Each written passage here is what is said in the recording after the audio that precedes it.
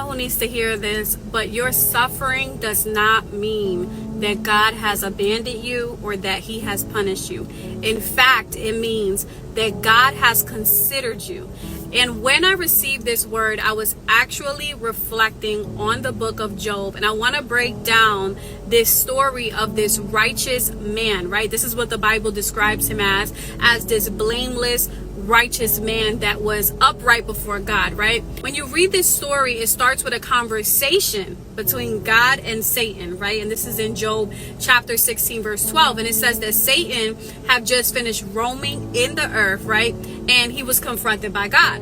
And it says that God was the one who asked Satan, have you considered my servant Job? Pay attention, because God is the one who initiated Job's testing, not Satan, right? And so why did God put Job on display? He put him on display because he knew that he would remain unshaken. He knew that even through the unimaginable suffering, that God was still going to be faithful, right? He chose Job because he knew that he was going to be faithful. He wasn't punishing him because of sin that he was doing. He knew that Job would be a perfect example of what it looks like to be faithful to him, even through the trials and tribulations. I feel like we often talk about Job's righteousness. Not enough people talk about his humanity, right? Job was frustrated. He even cursed the day that he was born. When we read this story, it says in Job chapter 3, verse 11, that he wished he never came from his mother's womb. That's very powerful. That means that he was struggling deeply with depression, wondering why was he alive at one point, right? And so even in him being a blameless man, he still questioned God. He still said, why me, right? So this shows us that even the most faithful people can wrestle with doubt and despair. Another crucial part of Job's story is his friends, right? Instead of them pouring into his cup, what did they do? They drained it. They were insisting that Job must have sinned, right, to deserve this suffering. They even accused him of wickedness.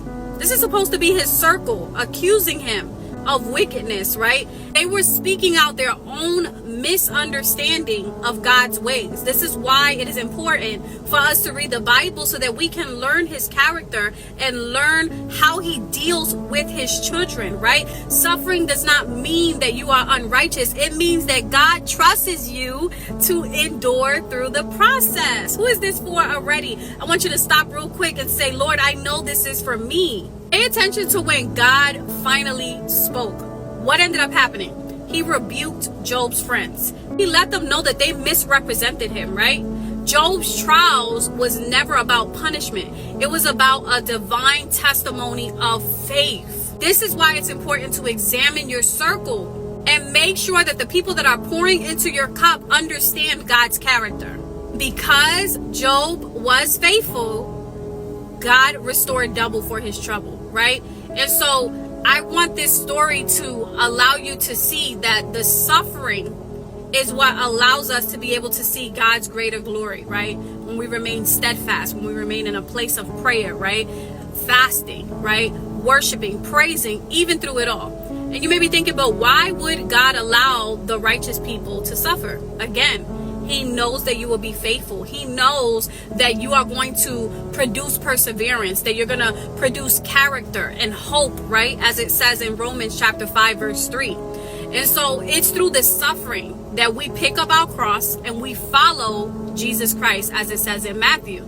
The Bible says to pick up your cross and follow him. So I want to remind you, you that is watching this video, that if you are going through trials, please know that God considered you. He considered you. He knows your heart. He knows you are going to be faithful and that you have the ability to endure. Even if you feel like you don't have it, you do.